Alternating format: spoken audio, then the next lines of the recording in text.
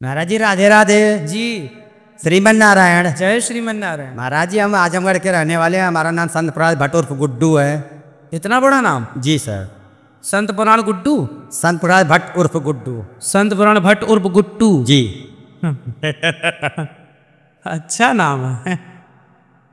तो आपकी पत्नी इतना बड़ा नाम याद रख रही थी?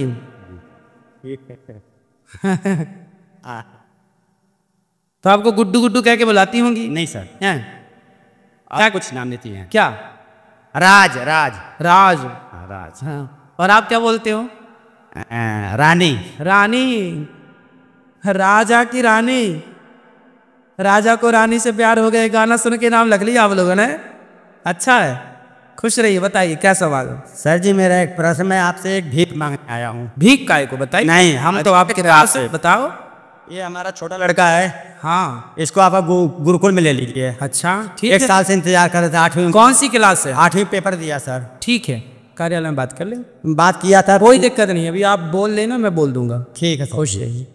और सर जी मैं वैसे जितने भी बच्चे हैं जो गौरी गोपाल गुरुकुल में पढ़ने का मन बनाए हैं, इस साल से, इस सेशन से, जुलाई से ऑनलाइन जो यहाँ पढ़ाया जाएगा वो सबके घर में ऑनलाइन दिखेगा। तो आप घर बैठे ही उसको पढ़ा सकते हैं, बच्चों को सारी क्लासेस अटेंड कर सकते हैं, क्योंकि यहाँ सबको रखना संभव नहीं है।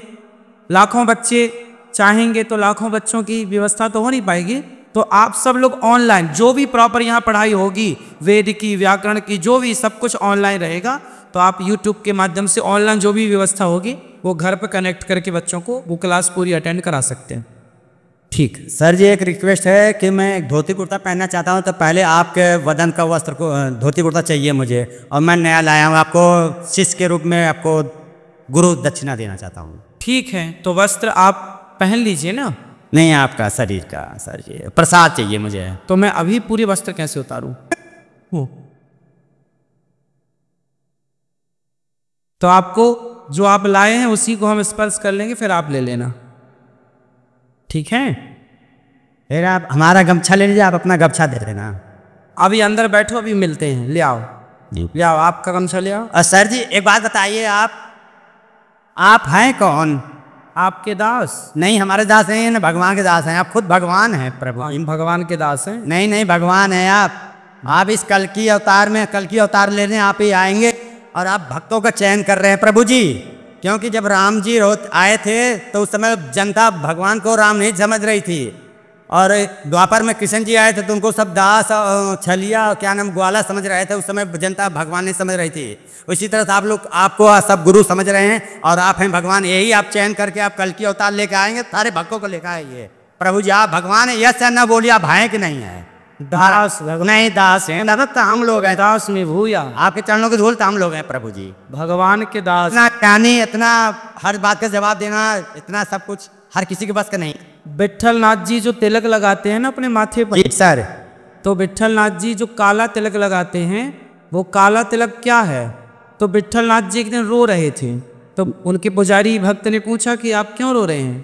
तो विट्ठल नाथ जी बोले कि मेरे इतने सारे भक्त आते हैं और वो बेचारे घंटों तक मेरे दर्शन के लिए लाइन में लगे रहते हैं, और कई बार तो पट बंद होने के कारण रात्रि भर बैठे रहते हैं। तो मैं रो रहा हूँ कि वो मेरे इंतज़ार में मेरे भक्त कितना परेशान होते हैं। तो एक काम करो कि मैं उनके ऋण से कैसे मुक्त हूँ? तो उन्होंने कहा पुजारी जी ने कि आप बताइए कैसे मुक्त होंगे? बोले मैं भक्तों के ऋण से मुक्त नहीं होना चाहता, लेकिन मैं भक्तों की प्रसादी चाहता हूँ। क्या प्रसादी चाहते हैं?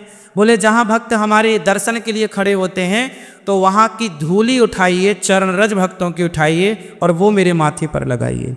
तो विट्ठल नाथ जी के माथे पर जो तिलक काला लगता है वो भक्तों की चरण धूली झाड़ू लगा के, और वो चरण रज साफ छन्नी से छान के रज को निकाल के, और वो भगवान के माथे पर लगाया जाता है। तो भगवान देखिए भक्तों से इतना प्यार करते हैं, तो ये दास भी आप सबके चरण धूली ही है। भगवान चरण धूली की महिमा प्रकट कर रहे हैं। ऐसे ये दास अनिरुद्ध आप सबके भक्तों की चरण धूली है। प्रभु जी हमारा एक बालक है, इसको जरा समझा दे, बहुत गुस्सा करता है ये। कराओ बात। बहुत क्रोध करता है, दोनों भाई भाई लड़ते रहते हैं। गुरु जी राधे राधे। जी जी, क्या नाम है आपका? शिवम। शिवम। काहे लड़ते हो भैया? किससे लड़ते हो? छोटे भाई से। छोटे भाई से काहे लड़ते हो? इसकी हरकतें ठीक नहीं है। क्या ठीक नहीं है हरकत? पंगे लेता है। पंगे? हाँ, क्या पंगे लिया उसने?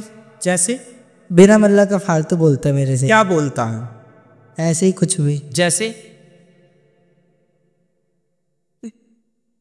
उल्टे सीधे बोलता है गुरुजी। कुछ तो बोल के बताओ, क्या बोलता है? चलो चलो ऐसे, है? चलो ये बोलने की तमीज नहीं है, ऐसे बोलता है। क्यों छोटू, गुरुजी राधे राधे। तुम ही 8वीं पास किए हो? यस। अरे तुम भाई से पंगा ले रहे हो और अब बोल रहे हम गौरी गोपाल पढ़ेंगे, यहाँ तो हमसे पंगा लोगे फिर। नहीं पर हम तुम्हारे पंगे कैसे झेल पाएंगे बेचारे? हम तो सीधे साधे आदमी, तुम्हारा भाई कह रहा पंगे लेता है, तुम हमें परेशान करोगे फिर? नहीं करेंगे। अच्छा ये बताओ कि क्यों भाई को परेशान करते हो? सर जी ये मोबाइल नहीं देखने देता। अच्छा ये आपको मोबाइल नहीं देखने देता, फिर आप क्या करते हो? कुछ नहीं, मारता हूँ इसे। अरे वो आपसे बड़ा है तो मार देते हो, तो आप जीत जाते हो? नहीं। कि ये नहीं मारता आपको? हाँ रियल मारता है। ये मारता है? हाँ। अरे तो ऐसे ना लड़ा करो भाई, ठीक है? अब ना आप बड़े भाई को मारना नहीं चाहिए, पता ना? बड़े भाई का आदर करना चाहिए, मारना नहीं चाहिए। ठीक है गुरुजी। और आप भी छोटे को मारा मत करो बेटा, ठीक है? चलो।